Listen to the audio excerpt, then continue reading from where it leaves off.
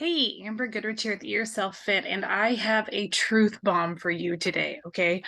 Your first step to fat loss should not be slashing your calories. In fact, if you do it right, you could very well get to your best health without ever having to do calorie restriction.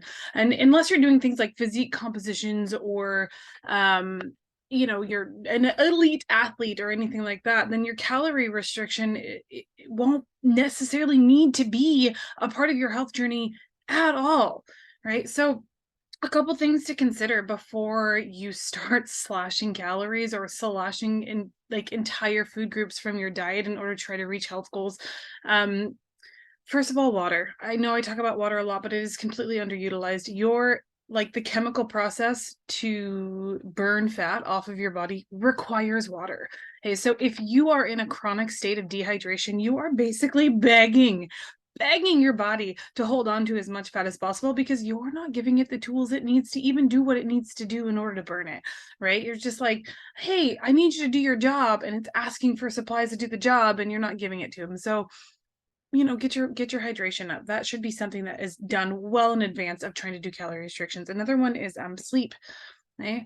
They're getting more sleep a night, like just even an hour per night. The health benefits of getting more sleep, good quality sleep, are unparalleled. And I think Sal Di Stefano,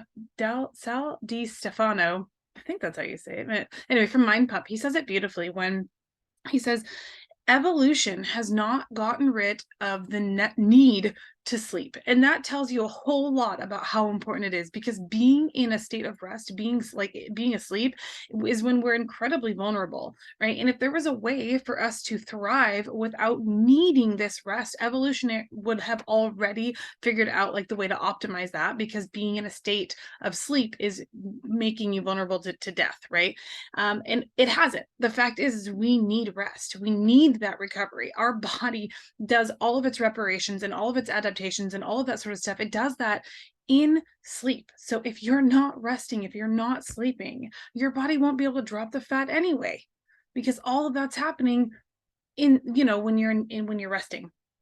Um, the other thing is that like calorie restrictions, that's not what you should be doing. Instead of like calorie restriction, is adding more, which I know sounds maybe a little bit crazy, but add more protein. Like get some wholesome, good sources of protein in your diet and up the protein instead of trying to slash out like carbs, right? Carbs is an easy thing to pick on right now because it's kind of the thing to slash.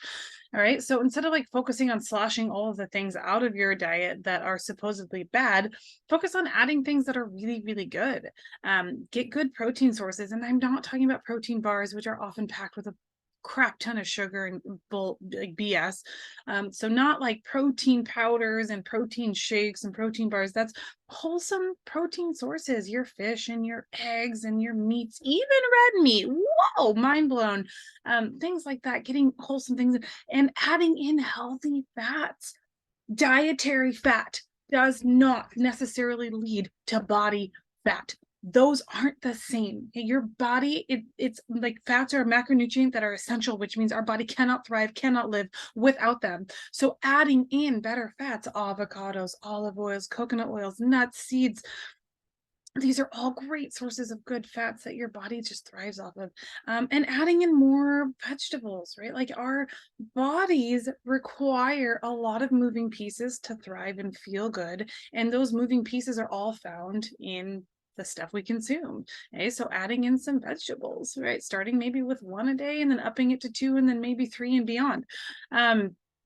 And adding in natural movements, which does help regulate our hormones, right? And that's what part of this mindset and movement challenge was, adding in natural movements throughout your day. This is not dedicated time to go to the gym or to work out. It's stretches and, walking and good core strengthening movements, things to get your body doing what it was intended to do, because all of these systems work together. And when you're lacking in one, your entire system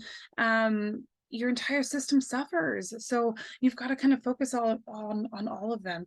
And stress, like stress management, you can quite literally relax your way to better health. Okay, our body has a whole lot of systems in place to protect ourselves from stress, and it can't differentiate the difference between like physical stress, physical danger, and mental or emotional stress. It kind of deals with it all the same. And like cortisol, right? For example, is our stress hormone, which is not a bad thing, and it gets a really, really bad reputation, but we really need cortisol to help protect us. But one thing you'll recognize or that you hear about is that like stubborn belly fat, stubborn belly fat, stubborn belly fat.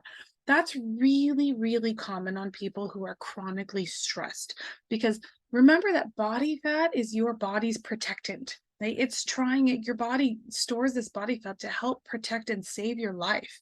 Where are your vital organs all located? Like the torso, right? So when you're chronically stressed and your body is trying to protect you, where do you think it's trying to store most of its fat? In the torso. Okay, so there's a reason why you have stubborn body fat around your midsection, and part of that is getting your body to relax and feel safe, so it feels like it can safely get rid of this stubborn torso body fat.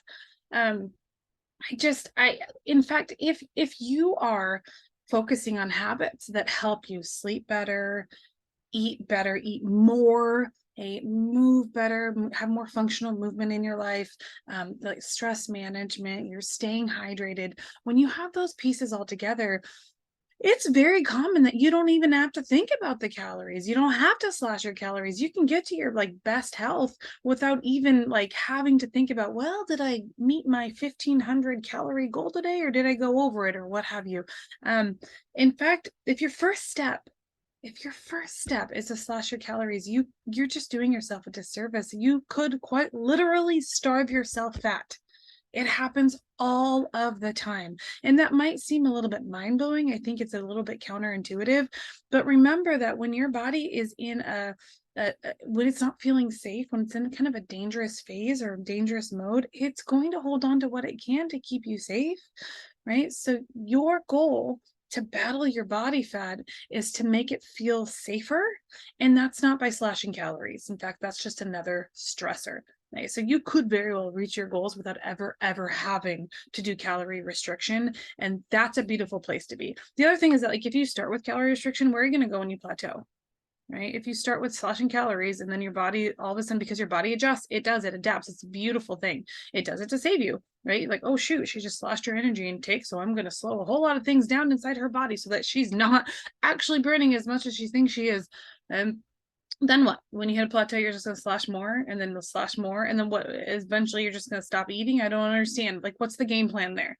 Okay. So don't start your health journey by slashing calories. Look for ways to add things to your life that will enhance it and give your body what it needs to get where you want it to go. All right, until next time, you guys, eat more, eat well, eat happy. Bye.